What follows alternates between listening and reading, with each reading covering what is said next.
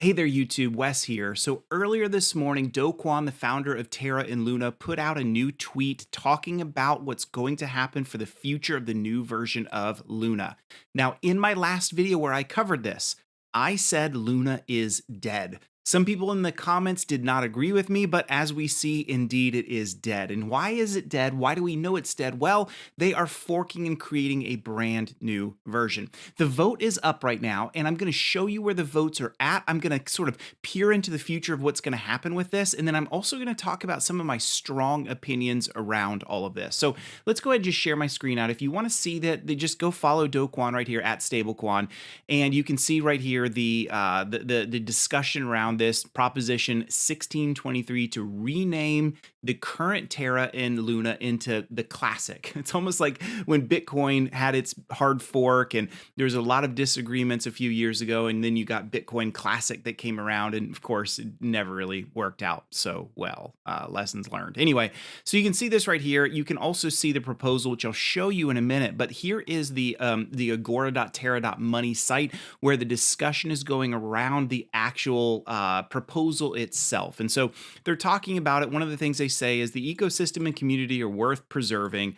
The community, sure, maybe, for sure. The ecosystem, I don't know where you get anyone that would agree with the ecosystem being worth preserving, given that it's completely fallen down. Maybe they just mean the applications and platforms that were using it. That's about all I can say, right? So they talk about what's going to happen here, and a few notable things is, first of all, when the new fork, if this goes through, the new currency that will be issued from the fork will be distributed in some interesting ways. 25% to the community pool. Now, this is interesting for pre-attack. So before all of this happened, and I think it's funny they call it attack, right? Like, I'm still waiting for us all to find out the true news on exactly what happened, but it's not like it was a hack, where someone like accidentally or like broke a smart contract or something that you see in all these other news items. Anyway, so 35% goes to pre-attack Luna holders and then 10% to UST holders. So that's how it's going to be happening pre-attack. But post-attack, look at this, 30%. So people right now, like you and me, that's interesting. Like if I'm like, oh, I'm going to go buy some Luna right now to get in front of it because it's trading at basically zero. I can get hundreds of thousands for a few dollars. Those kind of people, look at this.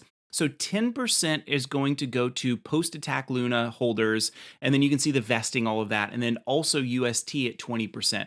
So what they mean by that is this post-attack snapshot will be taken at this block at this time, which looks like May 27th. So about a week from now is when that will be taken. And so this is why some people are starting to buy into it now, because you're like, oh, I can get into it really cheap and this thing's gonna moon. Don't think that's gonna happen, right? So the big question that's coming out right now is what's gonna happen with it? Is the vote going to be successful? And as you can see right here, it's 89% yes and only 0.25% no, which doesn't really mean anything. The no vote, I don't think means a lot, but no, the veto does, and that's at 8.28%. So 7.9 million people have voted no with veto. If I'm voting, I used to be a holder. I've sold all my Luna a long time ago. But when I say a long time ago, like January, I'd probably vote no with veto, just me, right? And I'll explain why in a minute. But 85 million have voted yes. We're almost at quorum right here, as you can see. So once we hit quorum, I think the vote is going to go through. So what we can see here, and you can even see the validators and where they're voting. So these are the ones that haven't voted. Here's the ones that have voted. You can see their voting power based upon, how much they have staked in their entire validator system. You can see none have voted abstain or no, and 2 have voted with no with veto. So you can go and research those if you want to and see more. But here's the fact, guys. The fact is that no matter what happens, it looks like it's going to be a yes vote. There's not enough no's with vetoes coming in, and maybe that will all trend soon, but it looks like yes. If the whole thing was no with veto, then Luna is dead in every way. But even if we go through with a yes, Luna is still dead. We now have the new Luna, literally from their own words, risen from the ashes. You don't rise from the ashes unless it's dead. That's the whole story and mythos of the Phoenix, right? And so it's dead, it's gone. Here's the question we really need to be asking. What's the point of resurrecting this thing?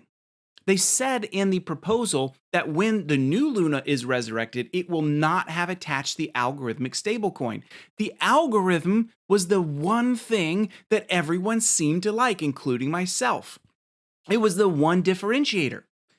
So if Luna's already dying, and it died because its key differentiator didn't work, then what is the point of keeping it alive and resurrecting it without that differentiator? It's just like everything else.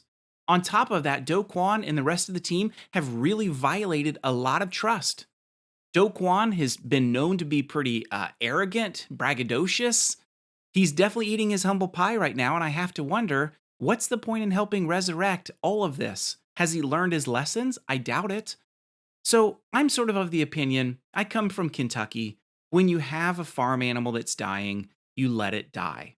Not when there's a chance to take it to the vet and recover it. I'm not talking about that. But, when your cat gets hit by the mailman and it's not going to survive, the best thing to do is let it pass. And I can't help but think this is where we need to go with Luna and Terra. It's time to let it die. It's time to let a new innovator come in. It's time to let us all learn from the lessons of its past, resurrect like a phoenix, but not with Luna, not with Terra, but with something else. That's just my opinion. However, it doesn't look like my opinion is going to matter. Enough yes votes are coming in, we're going to see the resurrection.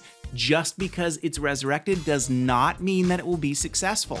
Does not mean that it will return to its former glory of $80 billion. There's no necessary correlation to that, and you need to be prepared for that. If you get involved in this, there is no promise at all that this will come back to anywhere close to its former height. Want to know what you think? Give me some comments in the channel. Would love to know what you think. What do you think is going to happen after the yes vote goes through? What do you think the price maximums might be? And what do you think about the entire decision as a whole? Leave me a comment while you're here. Hit like, hit subscribe. I would love for you to do that. Thanks so much.